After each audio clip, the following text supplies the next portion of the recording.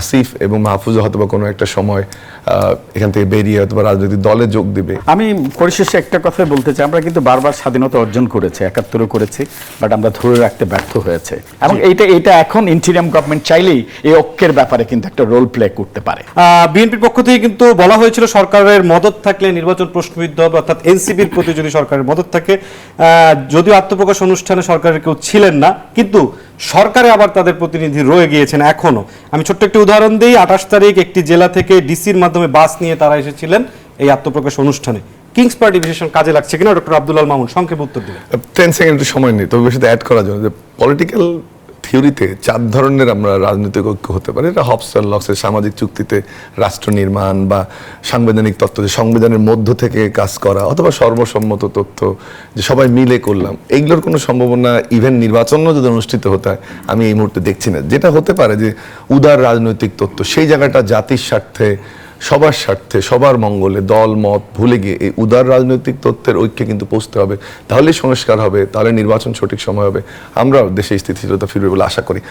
যে কথাটা আপনি বললেন যে হ্যাঁ, এটা একটা প্রশ্ন থেকে যাবে, আমি আমার বক্তব্যের শুরুতে এটা বলেছিলাম যে একজন বেরোয় আসলে দুজন থাকবে। আমি আশা করব যে আসিফ এবং মাহফুজা হয়তো বা কোনো একটা সময় এখান থেকে বেরিয়ে হয়তো বা রাজনৈতিক দলে যোগ দিবে।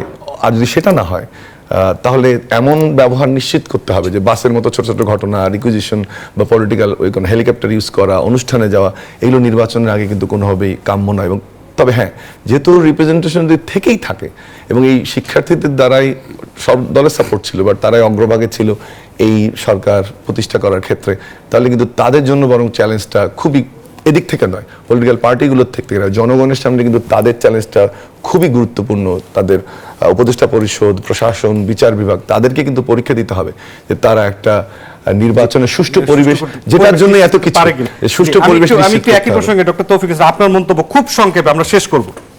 আমি পরিশেষে একটা কথাই বলতে চাই, আমরা কিন্তু বারবার স্বাধীনতা অর্জন করেছি, ৭১ করেছি, বাট আমরা ধরে রাখতে ব্যর্থ হয়েছে।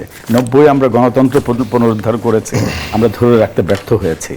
এই ২৪-এ যে আমরা অর্জনটা করেছি, এই হাজার হাজার দামাল ছেলের রক্তের বিনিময়ে, এটাকে আমাদের ধরে রাখা হচ্ছে সবচাইতে বড় দায়িত্ব এবং কর্তব্য। সেক্ষেত্রে জাতীয় ঐক্যের প্রয়োজন। এবার যদি আমরা হেরে যাই, এবার কিন্তু কোনো দল হারবে না, এবার হারবে বাংলাদেশ, এবার হারবে এই প্রতিটি রক্তের দাম আমাদের দিতে হবে, রক্তকণার দাম আমাদের দিতে হবে।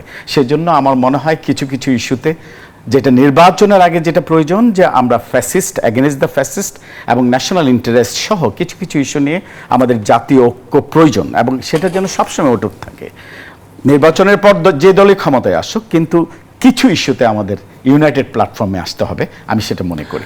এবং এখানে সরকারের ভূমিকাটা কিন্তু সবচেয়ে গুরুত্বপূর্ণ, নিরপেক্ষ থাকা এবং জাতীয় ঐক্য ধরে রাখা। এবং এইটা এখন ইন্টিরিয়াম গভর্নমেন্ট চাইলেই এই ঐক্যের ব্যাপারে কিন্তু একটা রোল প্লে করতে পারে।